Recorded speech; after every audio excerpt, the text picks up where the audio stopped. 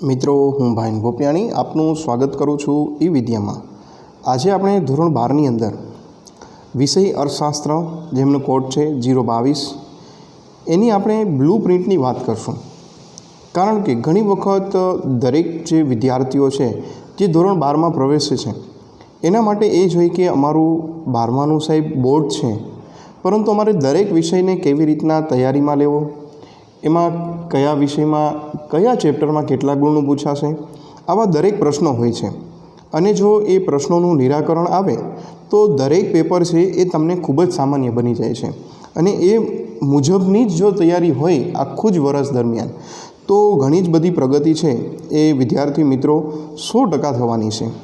તો એને લઈને જ આપણે આજે થોડાક પ્રશ્નો છે એનું નિરાકરણ કરશું બ્લુ પ્રિન્ટ મુજબ જ કે અર્થશાસ્ત્રમાં 100 માર્કનું પેપર છે, 3 કલાકની અંદર લખવાનું છે, તો કયા પાઠમાંથી કેટલા માર્ક્સનું આવશે અને કયા કયા વિભાગમાં ડિવાઈડ થયેલું હોય છે એની હવે આપણે ચર્ચા કરશું। તો સૌપ્રથમ જોઈએ કે પ્રશ્નના જુદા જુદા પ્રકારો પ્રમાણે ગુણની ફાળવણી। તો 5 જુદા જુદા પ્રશ્નોના પ્રકારો હોય છે। એમાં સૌપ્રથમ આપણે નિબંધ પ્રકારના પ્રશ્નોની વાત કરશું, જે કુલ 5 પ્રશ્નો પૂછાશે અને 25 ગુણ હશે એમના કુલ। એનો મતલબ એમ કે દરેકના 5 ગુણ એક પ્રશ્નમાં સમાયેલા હશે અને આનો સમય હશે 63 મિનિટ। એટલે કે આખો જ વિભાગ છે એ વિભાગ એ તમારે 63 મિનિટની અંદર ક્લિયર કરવાનો છે। તો આ પ્રકારનું મિનિટનો એટલા માટે હું ટાઈમ આપું તમને, કારણ કે ઘણી વખત એવું પણ બને છે મિત્રો કે આપણે જ્યારે પ્રશ્નો લખીએ છીએ ને ત્યારે છેલ્લું એવું ફીલ થાય છે જ્યારે બહાર પેપર દઈને આવીએ ને ત્યારે કે સાહેબ કંઈક રહી ગયું છે, એકાદો પ્રશ્ન અધૂરો રહી ગયો છે। એની પાછળનું રીઝન એ કે આપણી પૂર્વ તૈયારી નથી હોતી। જો પહેલેથી જ આપણે સમયની ફાળવણી ચોક્કસ રીતે કરેલી હોય તો આ પ્રશ્નનું નિરાકરણ પહેલાં જ થઈ ગયું હોય છે। એટલા માટે સમય ખાસ આપું છું કે નિબંધ પ્રકારના પ્રશ્નો 5 છે, કુલ ગુણ 25 છે અને 63 મિનિટમાં જ એ પૂરા કરવાના છે। બીજો ક્રમાંક છે લાંબા પ્રશ્નો, લોંગ આન્સર, જેની કુલ સંખ્યા 9 છે અને કુલ ગુણ છે 27। 3 ગુણનો એક પ્રશ્ન છે અને એ વિભાગ આપણે ડી હોય છે અને 45 મિનિટમાં એ ક્લિયર કરવાનો હોય છે। ત્યાર પછી છે ત્રીજા ક્રમાંક પર ટૂંકા પ્રશ્નો, જેની સંખ્યા 14 છે અને કુલ ગુણ છે 28। 2 ગુણનો એક પ્રશ્ન છે અને 42 મિનિટમાં એ આપણે પ્રશ્નનો વિભાગ છે ક્લિયર કરવાનો છે। ત્યાર પછી છે અતિ ટૂંકા પ્રશ્નો, જે 10 પ્રશ્નો હશે અને એના કુલ ગુણ પણ 10 હશે। મહત્ત્વનું હોય છે કે આ વિભાગમાં 1 થી 2 લીટીમાં જ જવાબ લખવાનો હોય છે, વધારે અહીંયા લખવાના પ્રશ્નોનો હોતો જ નથી જવાબ, અને 20 મિનિટમાં જ આરામથી એ વિભાગ છે એ પૂરો થઈ છે। અને 5મા નંબર પર છે હેતુલક્ષી પ્રશ્નો, જેમાં આપણે ઓપ્શન જ હોય છે A, B, C અને D। એ પણ 10 પ્રશ્નો છે અને કુલ ગુણ છે 10 અને એનો પણ સમય છે 10 મિનિટ। તો આ રીતના મિત્રો અર્થશાસ્ત્રના પેપરમાં 48 કુલ પ્રશ્નો હશે અને 100 ગુણનું પેપર હશે અને સમય છે 180 મિનિટનો।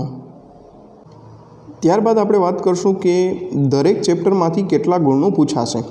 તો મિત્રો લગભગ જે બધા જ ચેપ્ટર છે એમાં 8 થી 10 ગુણ વચ્ચેનો જ રેશિયો છે।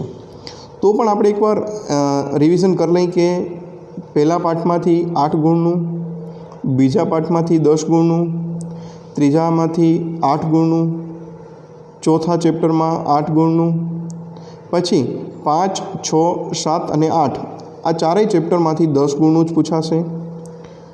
9મું અને 10મું ચેપ્ટર છે એમાંથી 8 ગુણનું પૂછાશે અને છેલ્લું 11મું ચેપ્ટર છે એમાંથી 10 ગુણનું। સરસ મજાનો વિષય છે કે બધા જ પાઠ જે છે એમાં સરખું જ ભારણ તમને જોવા મળશે। તો તમારે બધા જ ચેપ્ટરમાં સરખી મહેનત છે એ કરવી પડશે। તો આ તો થયું ગુણભારના હિસાબે। હવે જે આપણે વિભાગની વાત કરશું, આપણે જે અગાઉ વાત કરી ને કે કુલ 48 પ્રશ્નો વિભાગ વાઇઝ છે, જેમાં આપણે ઓબ્જેક્ટિવની વાત કરી હતી, શોર્ટ આન્સરની વાત કરી હતી। તો આ રીતનું પ્રશ્નપત્ર હશે, વિભાગ A, વિભાગ B, વિભાગ C, વિભાગ D અને વિભાગ E।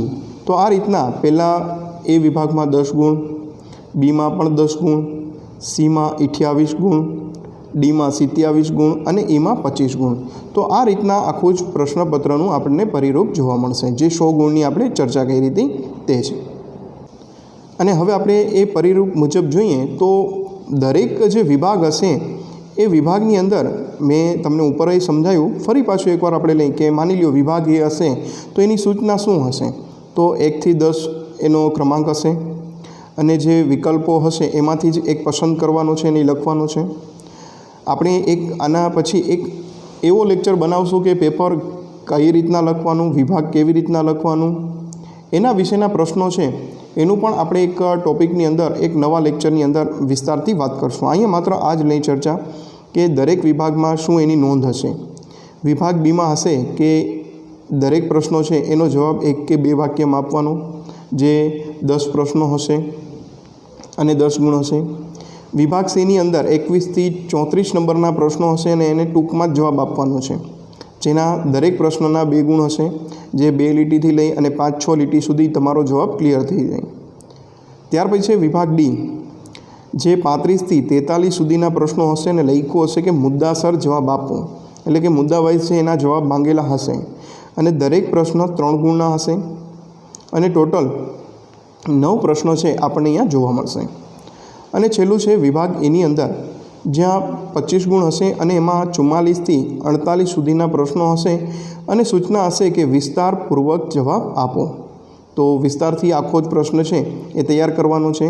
મુખ્યત્વે આપણે ધ્યાન આપવાનું છે વિભાગ સી, ડી અને ઈ, કારણ કે એ અને બી માટે તો દરેક ચેપ્ટર છે એનો અભ્યાસ જરૂરી હોય છે, પરંતુ 3 મુજબ જોઈએ તો જેમાંથી જે ગુણના વધારે પ્રશ્નો હોય અથવા તો વિભાગ ઈના જે પાઠમાંથી હોય એ મોટા પ્રશ્નો છે એ તૈયાર કરવાના હોય છે. તો હવે આપણે એની જે બ્લુપ્રિન્ટ છે કે કયા પાઠમાંથી કયો પ્રશ્ન હશે એના વિશેની માહિતી લઈએ. તો મિત્રો હવે આપણે વાત કરીએ કે વિભાગ ડી અને વિભાગ ઈ ઉપર આપણે જે વધારે ધ્યાન આપવાનું છે. તો વિભાગ ઈની પહેલાં વાત કરીએ કે વિભાગ ઈમાંથી કુલ 5 પ્રશ્નો પૂછાશે અને દરેકના 5 ગુણ છે. તો એ કયા કયા ચેપ્ટરમાંથી પૂછાશે એમના વિશે થોડીક ચર્ચા કરીએ. તો સૌપ્રથમ તો ત્રીજા યુનિટમાંથી એક 5 ગુણનો પ્રશ્ન પૂછાશે. ત્યાર પછી ચેપ્ટર નંબર 5માં પણ 5 ગુણનો એક પ્રશ્ન જે છે એ પૂછાવાનો છે. ત્યાર પછી 7મા ચેપ્ટરમાંથી પણ એક 5 ગુણનો પ્રશ્ન છે એ આવવાનો છે. ત્યાર પછી ચેપ્ટર નંબર 8 છે એમાંથી પણ એક 5 ગુણનો પ્રશ્ન છે એ આપણે જોવા મળે છે. અને છેલ્લે ચેપ્ટર નંબર 11માંથી પણ એક 5 ગુણનો પ્રશ્ન છે. એનો મતલબ એમ કે ચેપ્ટર 3, ચેપ્ટર 5, ચેપ્ટર 7, ચેપ્ટર 8 અને ચેપ્ટર 11, આ 5 ચેપ્ટર ઉપર એટલું બધું આપણે ફોકસ રાખવાનું છે કે 5 ગુણનો પ્રશ્ન છે કોઈ છૂટી પણ ન જાય અને સરસ રીતના આપણે એને જે છે એ ક્લિયર કરવાનો છે. ત્યાર પછી આપણે જે વિભાગ ડીની વાત કરી હતી કે 3 ગુણના જે પ્રશ્નો છે એ પણ બહુ મહત્ત્વના છે અને એ કયા કયા પ્રશ્નો છે અને કયા કયા ચેપ્ટરમાંથી છે તો એનો પણ અભ્યાસ લઈ લઈ. તો સૌપ્રથમ તો ચેપ્ટર 1માંથી જ 3 ગુણનો પ્રશ્ન છે. ત્યાર પછી ચેપ્ટર 2માંથી પણ એક 3 ગુણનો પ્રશ્ન છે એ આવવાનો છે. ત્યાર પછી ચેપ્ટર 4માંથી એક 3 ગુણનો પ્રશ્ન છે એ પણ આવવાનો છે. ત્યાર પછી ચેપ્ટર નંબર 6માં એક 3 ગુણનો પ્રશ્ન છે એ પણ આપણને જોવા મળે છે. ત્યાર પછી છે ચેપ્ટર નંબર 7, એમાંથી પણ એક 3 ગુણનો પ્રશ્ન છે એ આપણને જોવા મળે છે. ત્યારબાદ ચેપ્ટર નંબર 8માંથી એક 3 ગુણનો પ્રશ્ન છે એ જોવા મળે છે. ત્યારબાદ ચેપ્ટર નંબર 9માંથી પણ એક 3 ગુણનો પ્રશ્ન છે એ પણ આપણને અહીંયા જોવા મળે છે. અને ચેપ્ટર 10 અને ચેપ્ટર 11 આ બંનેમાંથી પણ એક 3 ગુણનો પ્રશ્ન પૂછાવાનો છે. તો કુલ જે આપણે જોયા એમાં 9 પ્રશ્ન થશે. 1, 2, 3, 4, 5, 6, 7, 8 અને 9. એનો મતલબ એમ કે બંને વિભાગ ડી અને વિભાગ ઈમાંથી આટલું ક્લિયર કરવાથી આપણે 50% માર્કિંગ તો મિત્રો અહીંયા જ ક્લિયર થઈ જશે. પરંતુ મેં પહેલાં પણ કીધું છે માત્ર માર્ક્સ નહીં, સ્કોરિંગ તરફ આગળ વધવાનું છે. તો આ રીતના આ 2 વ્યવસ્થિત આયોજનથી વધારે માર્ક છે સ્કોરિંગના એ મળી શકે છે. હવે આપણે આગળ જે બોર્ડનું પ્રશ્નપત્ર છે એના વિશે પણ ચર્ચા કરીએ. તો મિત્રો બ્લુ પ્રિન્ટ મુજબ મેં તમને આખું સમજાવ્યું ને કે કઈ રીતના કેમાંથી આપણને પ્રશ્નો છે એ વિભાગ ડી અને વિભાગ ઈને અનુલક્ષીને છે. બાકી તો આખું જ મેં તમને માળખું આપી દીધું કયા ચેપ્ટરમાંથી કેટલું પૂછાશે. હવે એક નમૂનાનું પ્રશ્નપત્ર જે બોર્ડની વેબસાઇટ પર પણ છે એમાંથી જ મેં પણ લીધેલું છે અને તમે જૂના જે પ્રશ્નપત્રો છે એ જોશો પણ એમાં પણ આવું જ કંઈક જોવા મળે છે. તો આપણે જોઈએ કે વિભાગ એની અંદર જે આપણે અગાઉ ચર્ચા કરી હતી કે 10 વૈકલ્પિક પ્રશ્નો હશે તો અહીં તમને જોવા મળે છે 10 વૈકલ્પિક પ્રશ્નો છે એ કઈ કઈ જગ્યાએ છે. તો આ 10 પ્રશ્નો તમને વિકલ્પના સ્વરૂપે જોવા મળે છે. અહીંયા તમને ફાયદો એ છે કે એના વિકલ્પ પણ આપેલા હોય છે, તેથી સરળતાથી 10 માર્ક કવર થઈ જાય છે.